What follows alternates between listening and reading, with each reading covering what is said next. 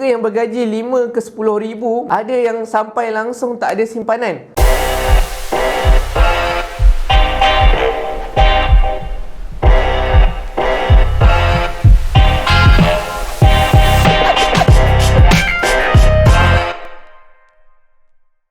Assalamualaikum dan selamat sejahtera.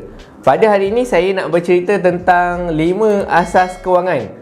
Dan bila kita cerita tentang kewangan, dalam topik hari ini saya nak lebih fokuskan kepada pengurusan kewangan peribadi. Dan ini adalah 5 asas yang kita semua wajib tahu dan perhatikan dalam kita nak menguruskan kewangan kita sendiri. Apakah 5 perkara tu? Yang pertama, pengurusan income ataupun pendapatan. Yang ini adalah satu benda yang sebenarnya sangat pentinglah dalam seluruh aspek pengurusan kewangan kita.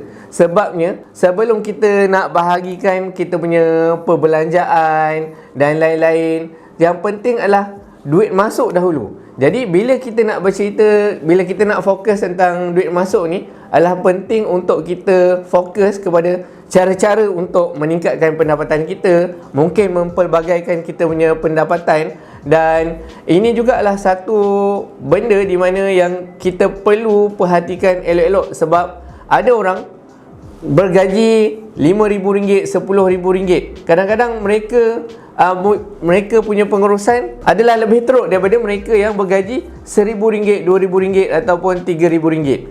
Dan ada yang fakta, bukan auta, di mana mereka yang bergaji 5 ke 10 ribu, mereka yang bergaji besar, ada yang sampai langsung tak ada simpanan. Tetapi mereka yang bergaji kecil, RM2,000, RM3,000 pun boleh simpan sehingga RM10,000. Bezanya apa? Bezanya adalah dari segi bagaimana mereka menguruskan kewangan mereka. Satu lagi benda yang saya nak kongsikan kepada anda adalah bila berkaitan dengan income ni, ada satu tips yang saya pelajari, di mana sebenarnya mungkin anda gembira ada dapat bos yang baik, tapi sebenarnya kadang-kadang boleh jadi bos yang baik itu sebenarnya merosakkan anda dari sudut kewangan. Pelik tak? Bunyi macam pelik. Okey, kenapa? Sebabnya adalah ramai antara kita mungkin kita memang mengharapkan satu environment kerja yang sangat selesa, tak ada toxic, tak ada negativity. Dan antara benda yang kita suka adalah kalau kita dapat bos yang baik. Akan tetapi, kadang-kadang ada setengah orang disebabkan mereka mendapat bos yang baik sebagai contoh, jadi mereka tak kisah pun jika tak dinaikkan gaji ataupun dinaikkan tangga gaji mereka. Okey, dalam pengurusan kewangan, income ni adalah antara faktor utama. Okey, kalau benda yang kita patut target adalah setiap tahun ada tak kita boleh menambahkan income kita. Antara cara kita nak menambahkan income kita, yang pertama adalah kalau kita memang sedang bekerja, kita kena cuba sedaya upaya kita untuk meningkatkan skill kita, dengan harapan kita akan dapat gaji kita meningkatlah pada tahun-tahun berikutnya. Okey, sekurang-kurangnya 5% ataupun mungkin ada yang target lebih tinggi 10% setahun. Sebab peningkatan gaji berkadaran dengan kita punya umur, itulah satu strategi. Dan itu juga adalah satu strategi untuk kita kalis inflasi lah. Maksud saya adalah setiap tahun pun kita tahu ada peningkatan dari sudut harga barangan yang ada. Okey, jadi kita juga perlu target untuk pendapatan kita meningkatlah setiap tahun, supaya kita boleh keep up ataupun kita boleh bersaing dengan kadar inflasi, kadar kenaikan harga-harga barang di sekeliling kita. Itu adalah satu strategi dalam kita nak meningkatkan kita punya income. Strategi yang lain adalah jika anda ada pekerjaan sekarang ni, dan selain daripada meningkatkan skill anda dalam pekerjaan anda sendiri, anda juga boleh cuba untuk membuat satu side income. Anda boleh cuba untuk dropship, anda boleh cuba untuk jadi agent. Sekarang ni banyak agent yang ada, agent takaful, agent unit trust. In fact, kalau anda nak jadi ejen kepada saya pun tak ada masalah. Itu adalah dalam perkongsian yang selanjutnya. Jadi saya ulang balik, perkara paling penting, perkara pertama dalam kita nak menguruskan kewangan, lihat kepada income kita dan cari jalan bagaimana untuk kita meningkatkan income kita, sama ada dengan meningkatkan skill kita dalam pekerjaan sedia ada dengan harapan gaji kita akan naik setiap tahun, ataupun kita mempelbagaikan sumber pendapatan kita.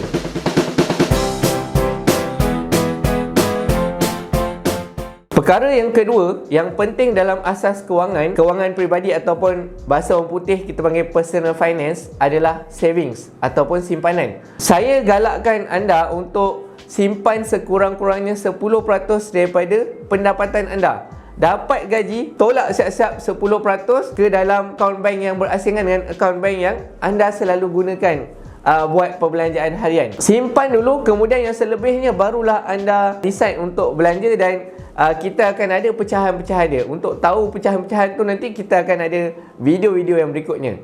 Jika anda ada cadangan juga bagaimana pula anda punya pecahan, anda boleh komen siap-siap lah dekat ruangan komen. Dan berkaitan dengan simpanan ni, seperti yang saya katakan tadi, simpan dahulu 10% daripada pendapatan anda.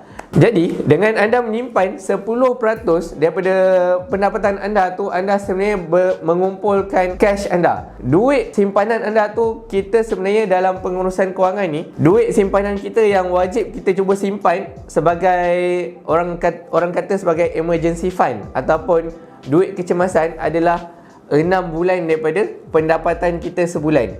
Okey, jadi jika berlaku apa-apa perkara yang tidak diingini, seperti kita hilang pekerjaan, kita tahu mungkin seperti ada suatu krisis ekonomi ataupun wabak pandemik COVID-19, ramai orang hilang pekerjaan. Jadi dengan duit simpanan kita ni yang kita simpan sebagai duit kecemasan selama 6 bulan, boleh dijadikan buffer ataupun bekalan untuk kita survive selama 3 ke 6 bulan sebelum kita fikirkan apakah strategi kita yang selanjutnya.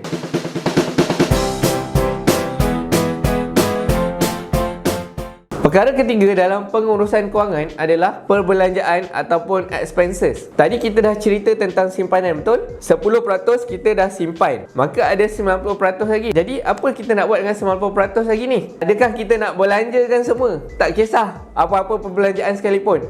Tidak, kita kalau boleh, kita daripada 90% ni hanya mungkin 50 ke 65% sahaja kita gunakan, kita bajet siap-siap untuk perbelanjaan kita setiap bulan.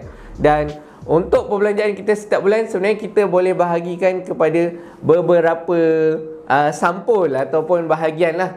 Sebelum saya nak ceritakan tentang sampul-sampul yang ada, jadi saya nak anda fikirkan apakah perbelanjaan-perbelanjaan yang ada. Mungkin kita ada kereta, kita ada nak kena bayar rumah, bil air, bil api, makan minum, nafkah, bayar kepada mak ayah, dan entertainment ke, Jadi banyak benda lah yang sebenarnya mungkin anda, pertama sekali anda boleh listkan apakah anda biasa berbelanja setiap bulan. Kemudian sekarang ni saya nak cerita tentang sampul. Tadi saya kata kita kalau boleh kita gunakan sehingga 65% lah.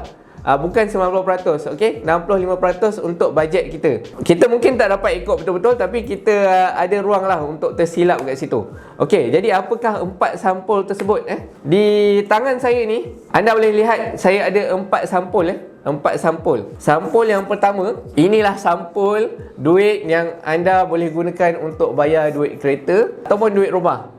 Sampul ni mungkin boleh muatkan sehingga 30% daripada duit ataupun income anda, yang mana kalau ikutkan, kita taklah membelanjakan 30% tu keseluruhannya untuk kereta. Apa yang kita galakkan adalah dalam 10 ke 15% sahajalah untuk kereta. Kalau ada yang lebih selepas dah bayar duit kereta, anda boleh gunakan untuk jadikan duit deposit beli rumah. Untuk yang dah beli rumah, inilah duit ataupun peruntukan untuk cover lah installment rumah ke. Sebab dalam kita nak menguruskan kewangan, kita jangan lupa untuk kita kumpul aset juga. Kalau kita beli kereta semata-mata, itu hanyalah aset yang akan susut nilai, dan selepas 10 tahun kereta tu dah tak ada nilai lagi. Berbeza berbanding dengan rumah. Kalau kita ada aset dan properti, pemilihan properti yang betul, insya-Allah rumah ni akan jadi pelaburan yang menguntungkan kita dalam masa beberapa tahun akan datang. Untuk sampul yang kedua ni, kita mungkin boleh peruntukkan sehingga 20% daripada pendapatan kita sebulan masukkan dalam sampul ni untuk kita gunakan untuk bil air, bil api, dan juga makan-makan lah. Tak semestinya saya suruh anda keluarkan duit dan masukkan ke dalam sampul. Lagi bagus sebenarnya kalau anda ada banyak bank. Jadi mungkin kalau ada 4 bank tu akan jadi sampul anda lah. Sampul yang ketiga ni adalah nafkah kepada isteri. Anda boleh letakkan 10% sebagai contoh untuk berikan nafkah kepada isteri anda. Jangan lupa sebagai seorang lelaki, sebagai seorang suami, memberi nafkah kepada isteri itu adalah wajib. Kepada mereka yang bujang dan belum berpeluang untuk berkahwin lagi, anda boleh gunakan 10% ni, satu mungkin untuk simpan sebagai duit persediaan untuk kahwin. Mungkin juga sebahagian daripada sampul ataupun bajet ni anda boleh gunakan untuk hiburan ataupun entertainment lah. Contoh hiburan, nak pergi bercuti ke, nak beli barang-barang yang anda suka ke, beli apa-apalah kan, nak beli barangan gadget ke, nak beli game ke. Jadi itu semua adalah daripada sampul yang ketiga ini. Sampul yang keempat adalah untuk kita berikan kepada ibu bapa kita. Sampul keempat ni mungkin anda boleh set sehingga 5% daripada pendapatan anda untuk diberikan kepada ibu bapa anda lah. Yang mana kita pun tahulah, tanpa ibu bapa siapalah anda, dan anda pun tak akan lahirlah ke dunia. Anda takkan berjaya mungkin seperti sekarang. Jangan lupa, mungkin even kita berikan sehingga 5% pun atau lebih pun kepada ibu bapa anda, itu pun tidak dapat membalas balik segala jasa-jasa yang mereka telah berikan kepada anda. Jadi itulah dia 4 sampul yang boleh kita bahagikan dalam kita nak menyusun perbelanjaan kita setiap bulan.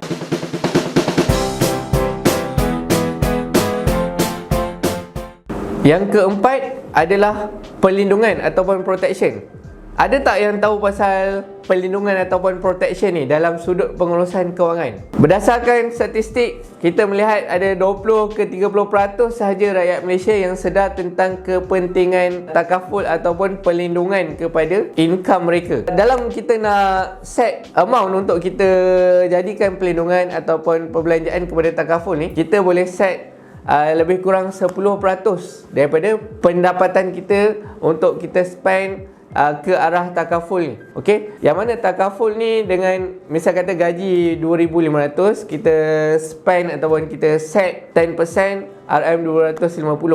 Okey, takaful ni kita boleh ada perlindungan dari segi medical card ataupun income protection ataupun hibah lah.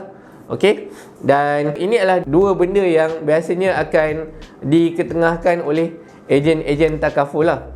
Dan saya nak tanyalah, kalau ada di kalangan yang menonton ni adalah ejen takaful, mungkin anda pun boleh tulis pada ruangan komen, perkenalkan diri anda. Mungkin ada daripada yang menonton video ni pun berminat untuk belajar lebih lanjut tentang takaful. Jadi bolehlah mereka menghubungi anda. Okey, jadi bila saya ceritakan tentang dua benda tadi, medical card ni adalah sekiranya anda jatuh sakit ataupun perlu dimasukkan ke hospital, maka mungkin anda hendak satu perkhidmatan yang lebih cepat, okey, dan selesa, maka anda bolehlah menggunakan medical card ni untuk mendapatkan perkhidmatan di sektor swasta. Okey, dan di sektor kerajaan pun kadang-kadang ada juga yang bahagian yang memang khas untuk swasta. Okey, tak silap saya nama dia FPP. Selain daripada medical card, adalah hibah ataupun income protection, yang mana ini adalah sekiranya anda meninggal dunia, duit daripada pampasan setelah anda meninggal dunia itu boleh dihibahkan kepada waris ataupun orang yang tersayang lah. Jika anda seorang suami, anda boleh berikan hibah tersebut kepada isteri ataupun mungkin ahli keluarga yang lain. Dan kepada yang bujang ataupun belum berkahwin, mungkin anda boleh hibahkan duit pampasan tersebut kepada ibu bapa anda. Dapatlah jadi benda tu sebagai satu jasa ataupun pengorbanan terakhir anda kepada ibu bapa anda. Okey, jadi itu adalah faktor keempat, iaitu perlindungan ataupun protection dalam asas kewangan.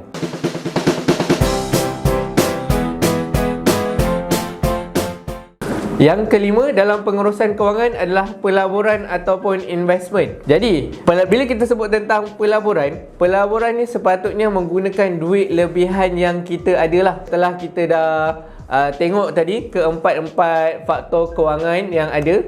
Kita dah bahagikan kepada beberapa bahagian, dah ada sediakan peruntukan untuk perlindungan, untuk perbelanjaan.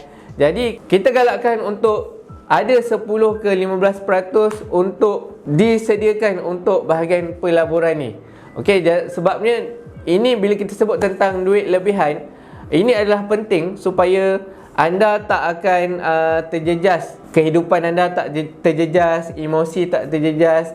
Kita tak nak emosi anda ataupun perbelanjaan anda seharian terjejas disebabkan pelaburan anda yang mungkin tak menjadi. Sebabnya bila kita sebut tentang pelaburan, dia ada untung, dia ada rugi. Okey, sebab kita perlu menanggung risiko yang lebih untuk mendapatkan keuntungan yang lebih. Okey, jadi duit pelaburan ni tadi, saya ulang, menggunakan duit lebihan.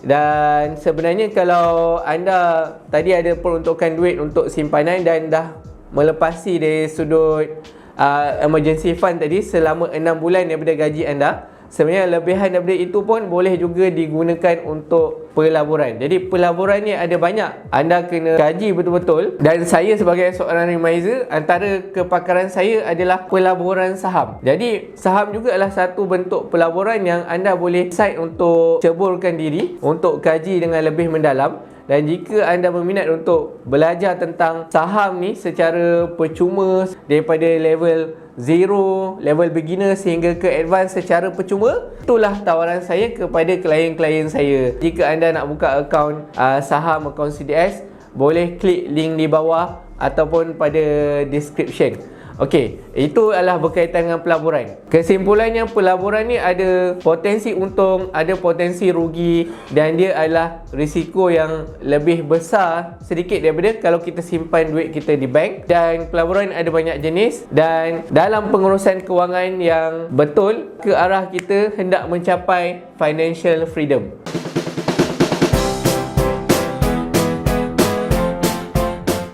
Jadi itulah dia 5 perkara, 5 asas kewangan dalam pengurusan kewangan. Adakah anda dapat sesuatu daripada video yang saya kongsikan ni? Jika anda dapat sesuatu, sila tulis komen di bawah. Apakah yang anda setuju, ada tak benda yang anda tak setuju. Jadi kita boleh berbincang di bawah ini.